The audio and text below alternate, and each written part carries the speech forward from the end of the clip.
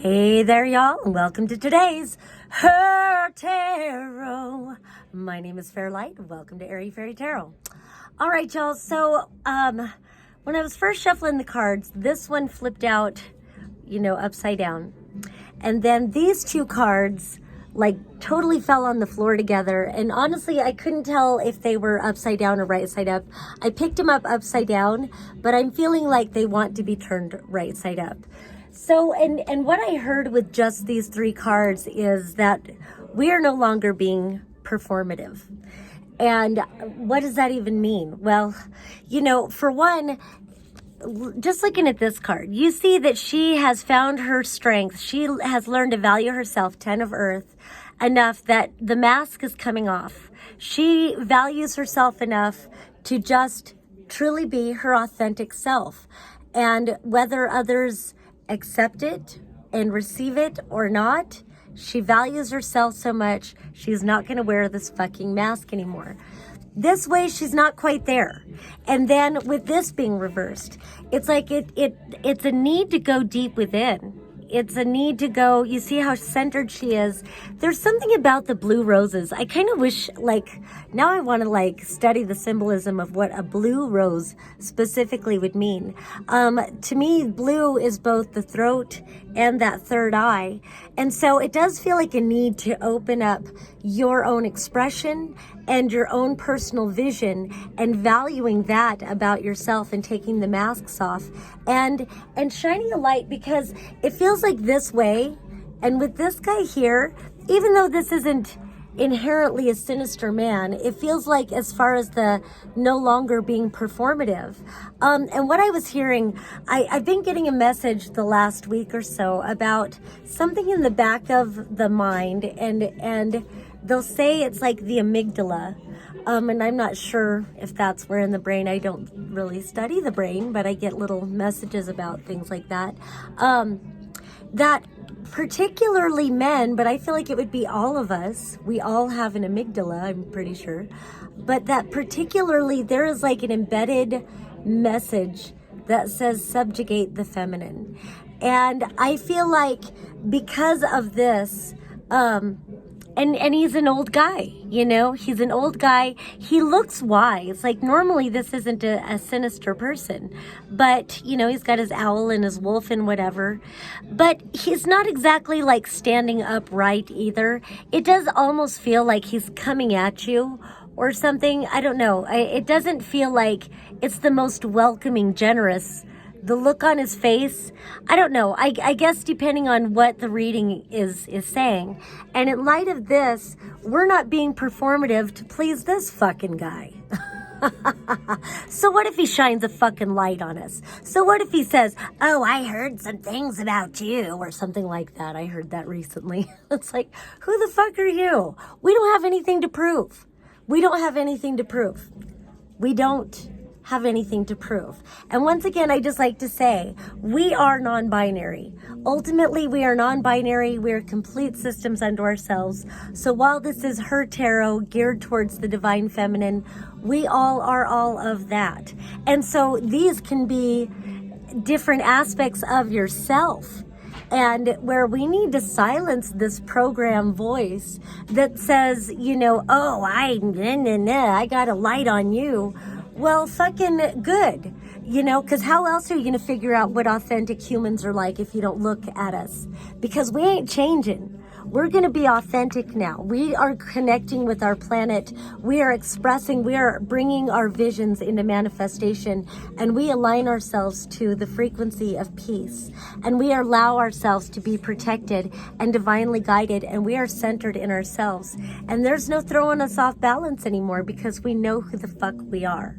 So I like that.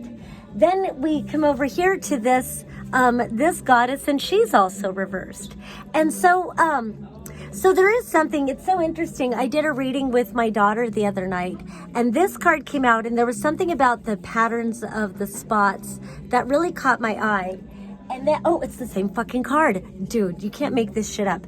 And you notice well, she pointed it out, because I was saying how, we really need to align with the earth. We need to clear out anything that's blocking our flow and allow our complete flow of creative energy to manifest and give birth to new ideas and allow things to ripen and savor them while they're happening, and allow other things to die so that we can be in our constant cycle of self, and then allow our burdens to burn off of our shoulders. And then she pointed out, because we had studied this card so much right before that, they came out together. And then she said, well, if you look deeply, he's got the same spots on his arms. And I don't know if you can really see that. I don't know if I can bring it into focus very well. But it is the same pattern on this leopard or whatever. I forgot what we called it. There was another name that we wanted to call it. But anyway, and so isn't that fucking profound that we are changing the pattern? We're changing the pattern and burning off the burdens that are not ours to carry. We're not going to keep re-energizing a paradigm that says subjugate the feminine. Fuck that. Fuck that. Fuck that. And so both of these were reversed. They weren't next to each other in this reading, but I don't care. I just feel like that was such a profound message for both of these cards to come out again in this reading, and I'm grateful. So it just, first we need to bring an awareness to the pattern. And so that's where we can start shining the light onto these things. And why are these patterns so ingrained in us? Who benefits from this? And, often the answer is violent, greedy men who want to hoard all the resources and control everything. And, we don't have to play the game. We can dissolve, we can burn away these old patterns and just start creating our own. And I love, because she is so in her divine feminine. She's all about receiving. She knows her worth, and there's such a gentleness. Like, there's no forcing anything. It's just trusting divine timing, allowing the new patterns to be born based on wisdom. And then we've got this 3 over here. Again, you know how I feel about this deck. It's like so wonderful because it's its own entity. So while this very much looks like the Fool card, it's the 3. And I like that it's the 3 because 3 is a number of creativity. 3 is the number of the goddess. And so there's something about, again, embracing your own divine feminine, embracing that inner self-value, that inner wild urge, that inner imagination, that inner desire to create and attune to possibilities and potentialities, and go on the adventure and trust that you have everything you need. He's got his wolf companion or dog, either one. And then over here, you can't really see it, but there's like a scroll, and then there's like a sack of money, we'll say. And so it's like you've got everything you need to just begin the journey and trust that all you need will be provided for you. And so beyond that, I could go on longer. There's so many cards, but I've almost run out of time. So I like when these 2 cards come out together, because it's so much about aligning the light centers within you and removing all blockages within. And this is about connecting with the earth, and this is about connecting with the water, allowing your emotional well-being to be nourished and just be nourished, and to nurture yourself and to find joy in all that you do, to frolic and play and to self-reflect and to allow those visions to come through and to enliven every part of who you are. There is more, but I'll just say don't play small. We're not pandering. And how did we begin the reading? Now I wish I could remember what it started out with. We're not going to, well, I'm already past it, but you get it.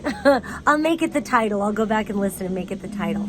But we're not doing that shit anymore. We're doing this shit now. All right, that's all I have for today. Peace and love until next time.